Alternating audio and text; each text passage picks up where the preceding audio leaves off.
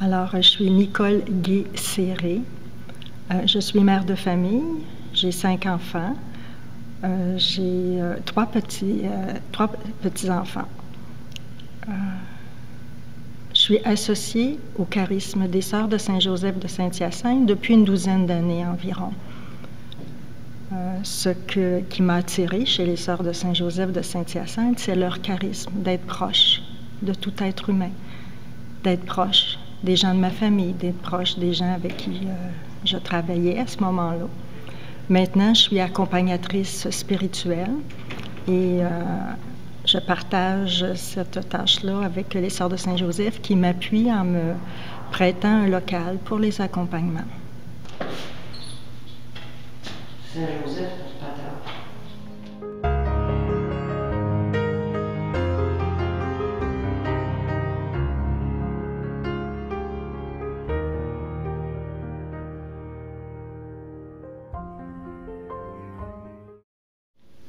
Mon nom est Claire Duménil, je suis responsable des communications au diocèse de Saint-Hyacinthe. Mon lien avec les Sœurs de Saint-Joseph, en fait, je suis aspirante pour être laïque associée.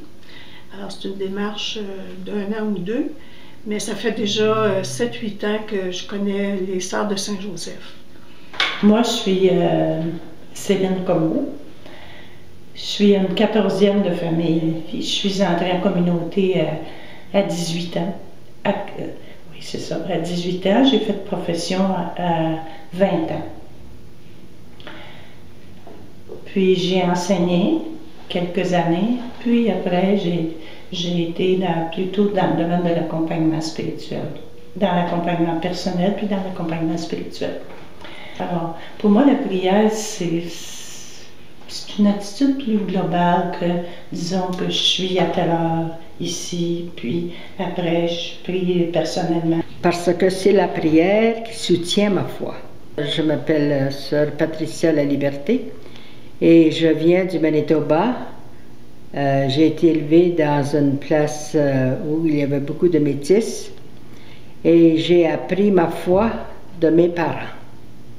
Une fois, une grand-mère, elle disait à sa petite fille, elle priait beaucoup, elle disait des chapelets, puis elle priait, puis sa fille avait 4 enfants, et elle lui demande, elle dit, coudonc, est-ce que tu pries, toi?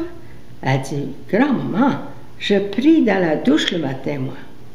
Je rends grâce à Dieu pour l'eau, pour toute la facilité que j'ai, que bien du monde n'ont pas, et je lui jase, même je chante dans la douche. Et ma prière, ça m'aide pour vivre ma journée. J'entre en prière. De façon plus spécifique, je pourrais dire qu'au lever, je prends un temps de prière, mais en silence. C'est une forme de prière que j'ai développée, ça fait déjà 8 ans. Alors, c'est la prière silencieuse, c'est la méditation. Donc ça, c'est un temps que je ne veux pas manquer, puis j'en ai besoin le matin. Ensuite, dans la journée, c'est de façon plus... à tout moment. Quand ça vient, quand j'en ai besoin, je prie. Il y a un grand bout de temps dans ma vie, c'était le matin. J'avais un temps où, avec la famille, les enfants partis à l'école, où je me donnais ce temps d'être en présence de mon Dieu. Plus jeune, ça m'est déjà arrivé de me lever la nuit pour avoir du temps pour prier quand j'avais des jeunes enfants. J'ai eu 5 enfants, comme je l'ai dit tantôt. Alors, j'avais tellement soif de ce temps que je pouvais me lever la nuit pour prendre un temps de prière, un temps de rencontre, puis je dirais même un temps de communion avec ce Dieu qui m'habite. En vieillissant, cette prière est devenue un peu comme... partie intégrante de moi tout au long de la journée.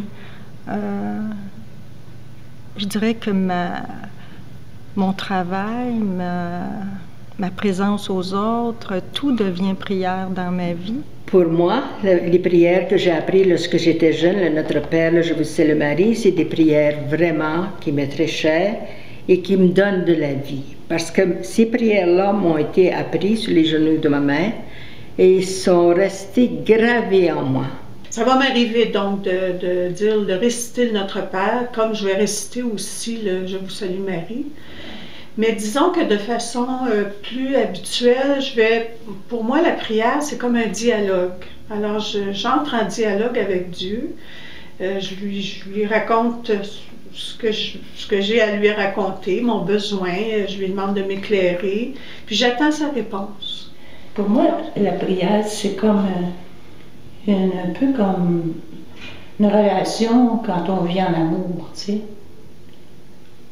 Je sais pas si, bon, ça m'appartient pas de savoir si tu vis en amour, mais quand on vit en amour, il me semble que la relation avec l'autre, d'abord il y a une autre personne qui est dans ma vie, je suis pas seule.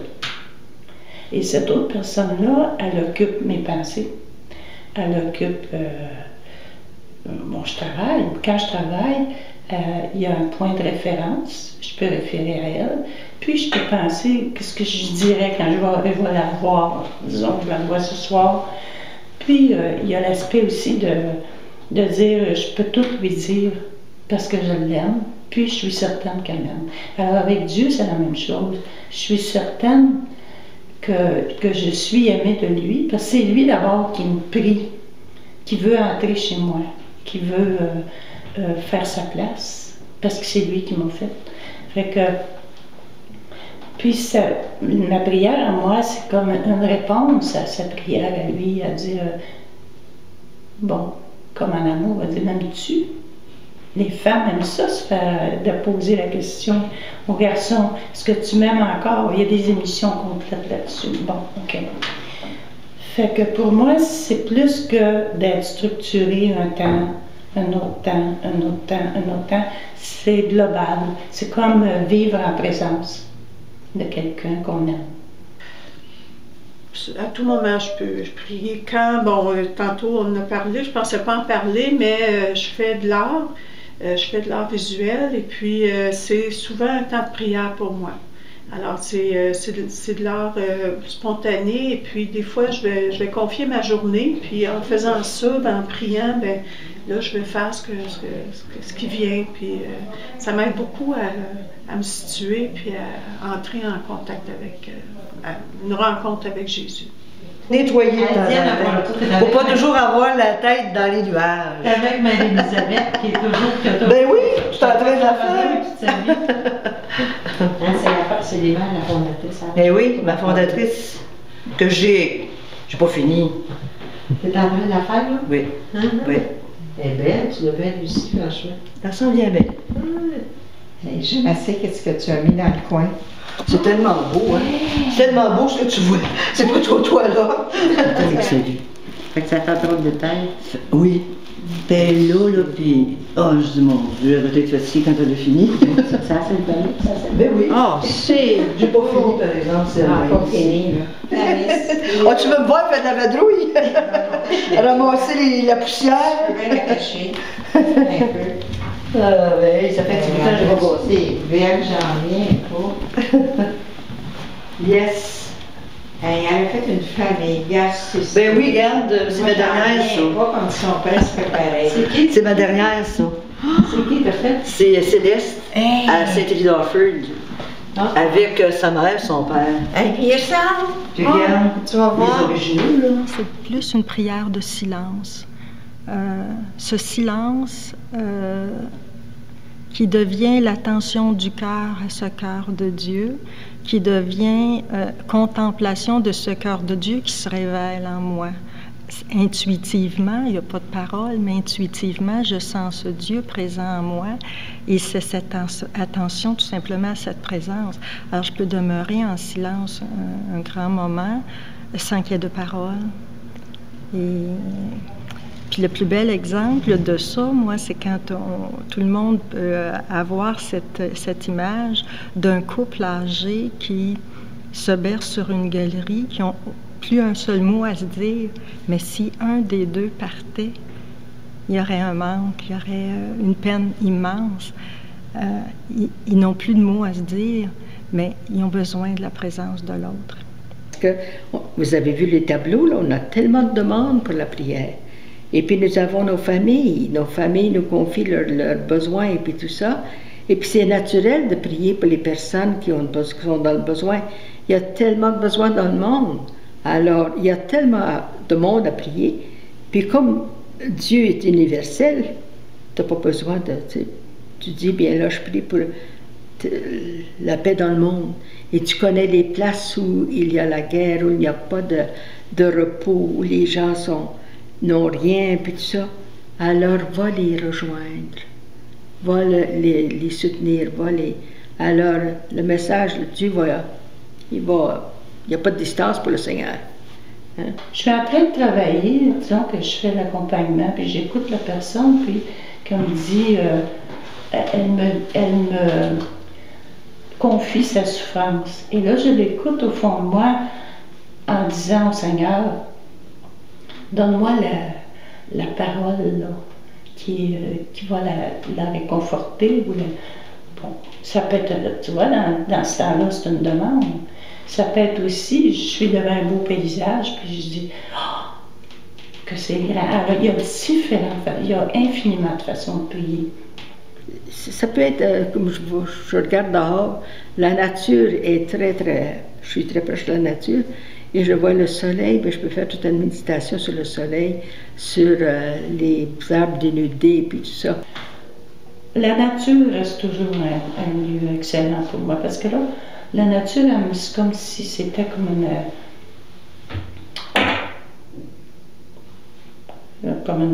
mère qui me reçoit, ou bien comme faisant partie aussi de moi. Et puis je peux comme m'abandonner à la vie qui est plus grande que moi, c'est ça, surtout ça. Ouais. Je prie aussi, j'aime prier dans la chapelle, mais j'aime prier dans ce qui est beau, sobre, et avec un symbole, souvent avec un symbole. Parce que c'est comme si il y a dans la prière, c'est comme une référence à plus grand que soi. Hein? Ici, à la Maison Mère, on a la prière en commun à 4 heures. Nous avons la messe ensemble. Et puis ensuite, nous avons beaucoup d'occasions d'aller passer du temps à la chapelle. Et puis ça, c'est des prières personnelles, c'est seul. Et puis là, tu peux juste simplement être là à la chapelle. C'est comme quand tu es avec un ami, tu n'as pas besoin de parler. Une vraie amie, là. Tu sais, vous comprenez, alors vous allez vous asseoir avec le Seigneur, là, puis vous lui dites, là, je m'en viens, là. Je sais que tu m'aimes comme je suis, mais je voudrais que, vraiment, que ma vie soit un témoignage de ta vie.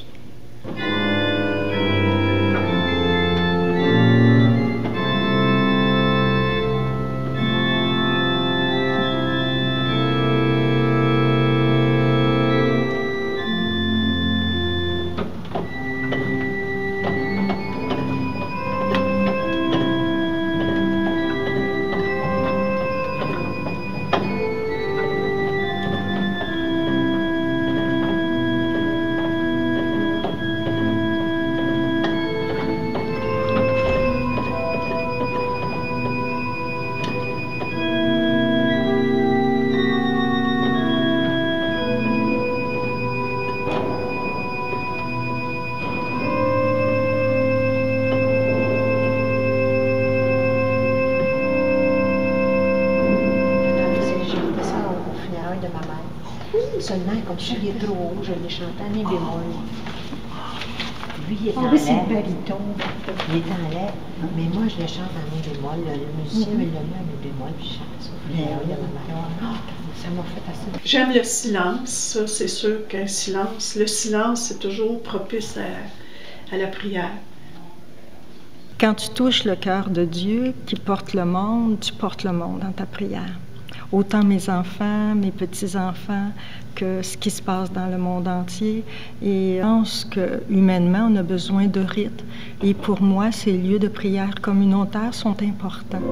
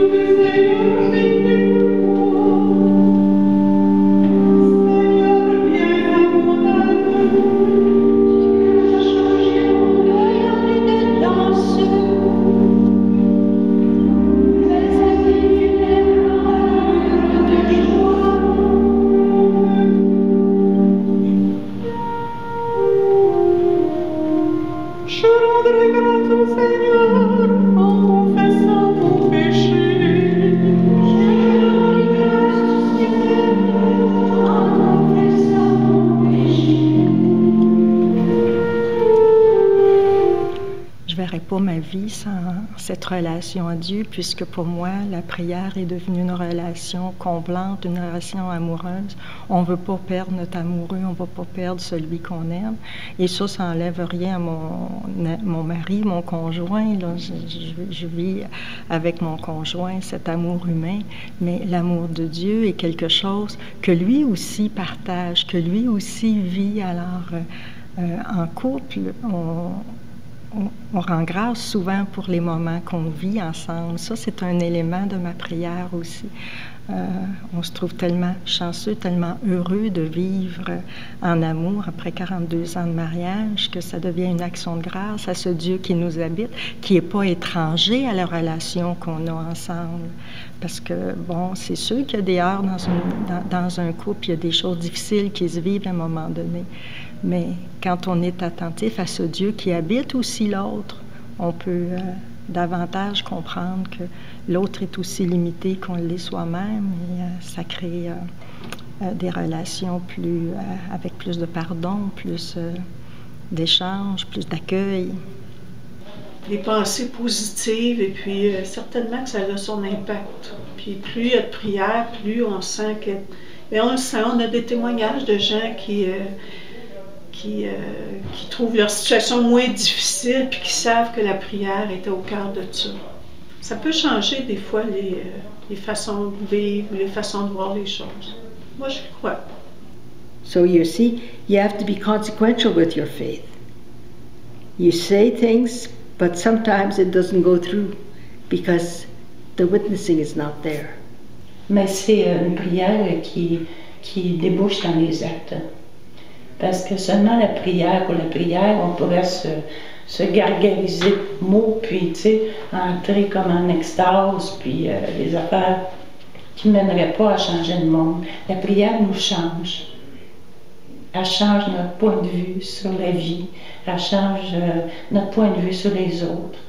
Elle change sur les événements. Et elle nous fait entrer dans ce que le Seigneur veut pour notre terre. Un lieu qui soit beau, bon et habitable pour tous.